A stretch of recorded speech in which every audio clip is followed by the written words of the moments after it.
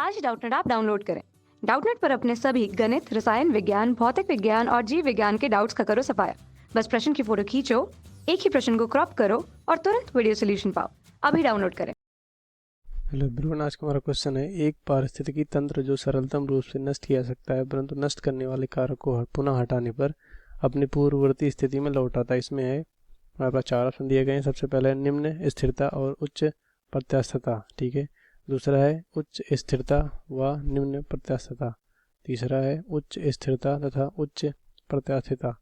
और चौथा हमारे पास निम्न स्थिरता निम्न प्रत्यास्थता। तो देखते हैं, जैसे मान लो सबसे पहले पारिस्थितिकी समझते हैं क्या होता है।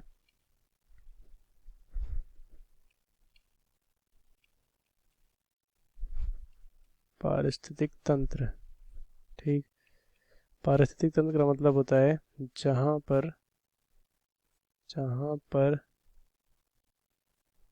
पर सजीव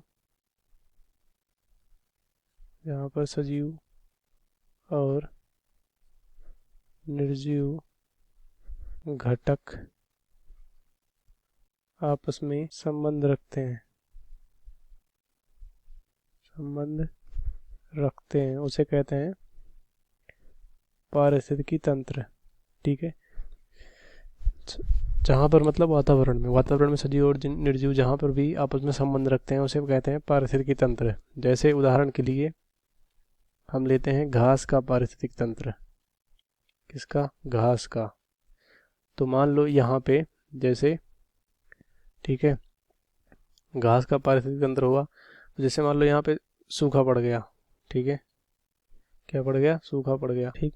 तो क्या हुआ, ये घास का जो पारिस्थितिक तंत्र था वो क्या हो जाएगा? नष्ट हो जाएगा।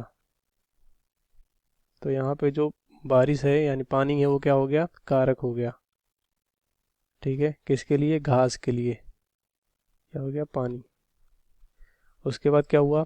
फिर से बारिश हुई, ठीक है। क्या हुआ? फिर से बारिश हुआ और फिर से क्या हुआ? घास फिर से उग गई।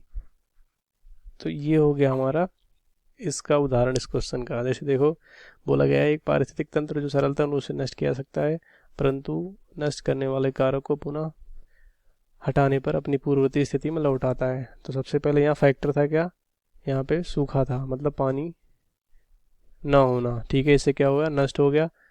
और दूसरी तरह से क्या हुआ? जब बारिश हुआ तो फिर से घास उगाई। तो यहाँ पे जब फैक्टर हटाया गया, ठीक है, मतलब जो कारक है वो हटाया गया, तो फिर से जो इकोसिस्टम था वो अपनी स्थिति में लौट आया, ठीक है। तो ये होता है इसका उदाहरण। तो देखते हैं कौन सा ऑप्शन सही होगा।